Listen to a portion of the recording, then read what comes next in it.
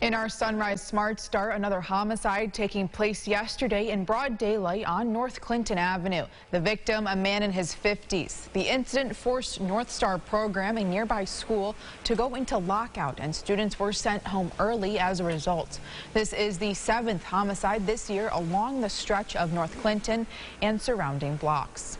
And with incidents like these, there's one tool police have that is credited with quick response times and saving lives. ShotSpotter is a series of microphones in key areas that pick up gunfire, immediately notifying first responders. Christian Garzone had an inside look at the system inside the public safety building. A set of microphones in place in key areas around the city. It's called ShotSpotter. Lieutenant Greg Bello says the second a loud bang goes off, it starts its job. It then runs those sounds through a computer algorithm, through their system, through the software, and it determines whether or not that it's suspected to be gunfire. If the computer figures it to be shots fired, it sends out an alert. Now, mind you, ShotSpotter has gotten so good over the years, it knows the difference between things like fireworks, a dumpster slamming, and guns. Now, when ShotSpotter goes off, you can almost guarantee that there's shots associated with it. And back to those alerts. ShotSpotter is an app on police officers' phones and in cars, giving an almost exact location of the incident. Take a listen.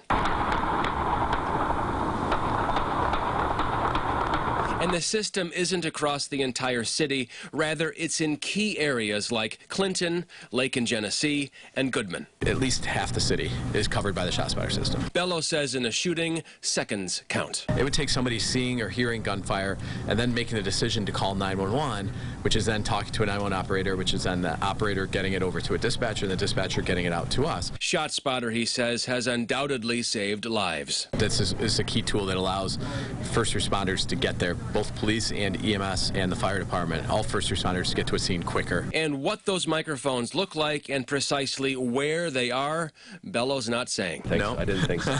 For News 8, this is Christian Garzone. Christian, thank you. ShotSpotter is used in big cities across the U.S., and we're told in some African countries they're used to combat illegal poaching of endangered wildlife. Continuing our coverage now of the 1982 Brighton axe murder trial, a significant day of testimony yesterday. The topic, Kathy Krausneck's time of death. The prosecution had on stand a forensic expert testifying that she was dead before her husband and defendant James Krausneck left the house. This differs from the conclusion of the medical examiner who originally looked at the case, Dr. Evelyn Lewis, who is no longer alive. At issue now is whether James was home when Kathy was murdered, and the defense says Dr. Lewis's work suggests he was not. Later today, the defense will begin presenting its case. Attorneys say it's possible the case will go to the jury by the end of next week. With a strike looming for railway workers, a tentative deal has been reached between the union and rail companies. President Biden in a statement saying rail workers will get better pay, improved working conditions, and peace of mind around health care costs. The standoff originally stemming from a dispute over sick leave and the attendance policy. The Association of American Railroads warned the halting of freight trains could have cost the U.S. economy more than $2 billion per day. Taking a look at our health watch now, the demand for the monkeypox vaccine is ramping up as New York State expands its eligibility. The State Department of Health getting ready to distribute close to 4,000 vials of the monkeypox vaccine. Based on the department's latest guidance, eligibility now includes all those at risk. The disease typically spreads through prolonged skin-to-skin contact with others within the past 14 days where monkeypox is present. Trillium Health is offering appointments for the monkeypox vaccine. You can schedule those online. Of the newest vials to be shipped, 100 of them are coming to Monroe County.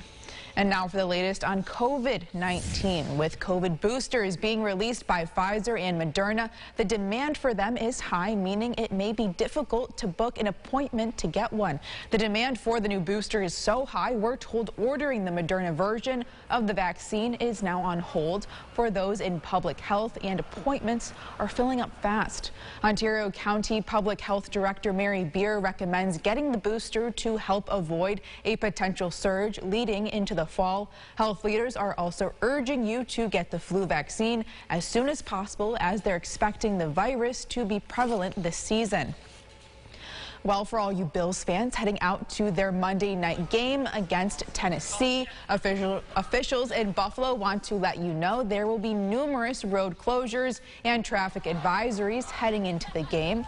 They also say there will be increased security and patrols near the stadium. They want fans to have a good time, but not to overdo it, they say.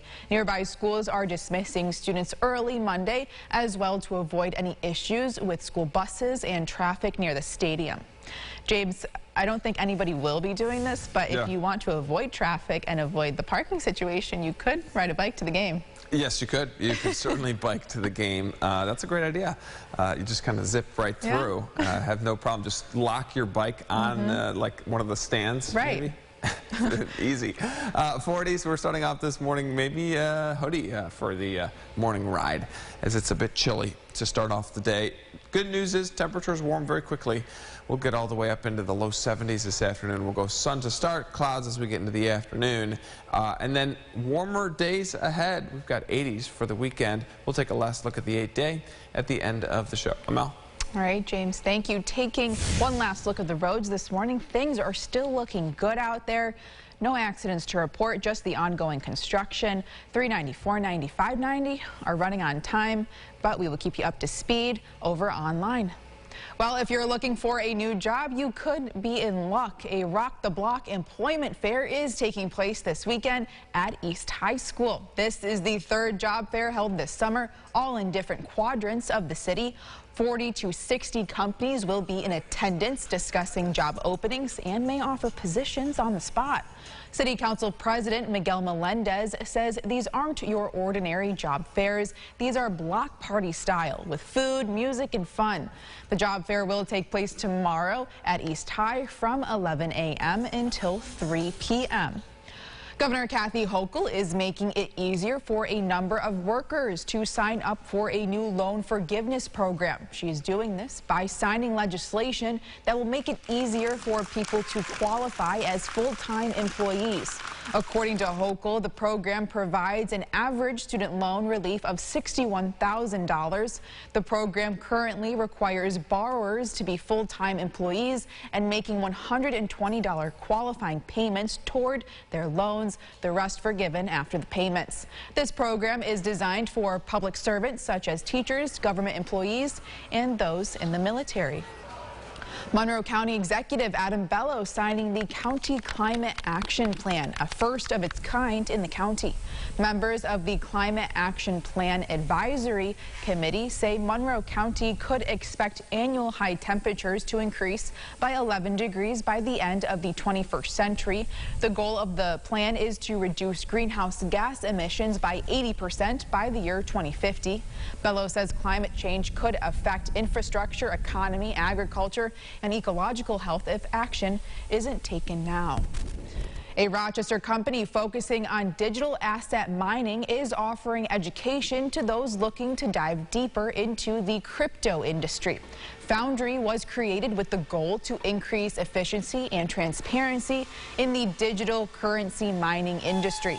They've now introduced Foundry Academy, a week-long training program providing students with hands-on experience on maintaining Bitcoin mining machines. The program's executive director, Craig Ross, says the industry is expecting to see thousands of new jobs in the future. He also says this training will help create a new precedent in the Rochester area as it grows. Harvest Fest is beginning today in Corning.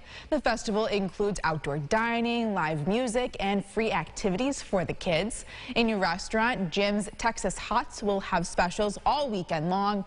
Organizers are encouraging folks to come and see what Corning has to offer. The Rochester Red Wings welcoming Daniel Brito back to Frontier Field last night. Brito, a prospect for the Phillies and former Iron Pigs infielder, threw out the ceremonial first pitch at Frontier Field, the same place where the 23-year-old suffered a brain hemorrhage during a game and collapsed. He was also reconnected with the Rochester doctors who performed his life-saving surgery. Brito spent 59 days at Strong Hospital in the ICU back in 2021. Of course, since he has recovered and is back to doing what he loves, which is baseball. Here's what some folks might be talking about at the water cooler this morning. Tennis legend Roger Federer retiring from professional tennis at the age of 41. This comes in an announcement yesterday morning after the end of the U.S. Open and just weeks after Serena Williams' decision to step away from the sport. He says his farewell event will be the Laver Cup in London next week. Federer has won 20 Grand Slam titles in his career and hasn't played since suffering a knee injury last year. Do you think this is like a domino effect, like Nadal's gonna retire now soon? I don't know. I don't think too many can retire at once. I think everybody kind of has their time to shine, Yeah. so maybe he'll stick out the next season. It's interesting to see that you get two huge retirements in the sport of tennis just in 1 year. And we'll keep an eye out.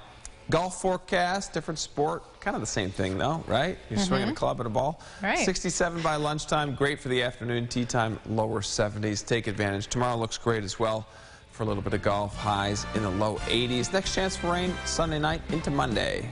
All right, James, thank you. And thank you for watching News 8 at Sunrise. Our next update is coming up in 30 minutes. CBS Mornings is next.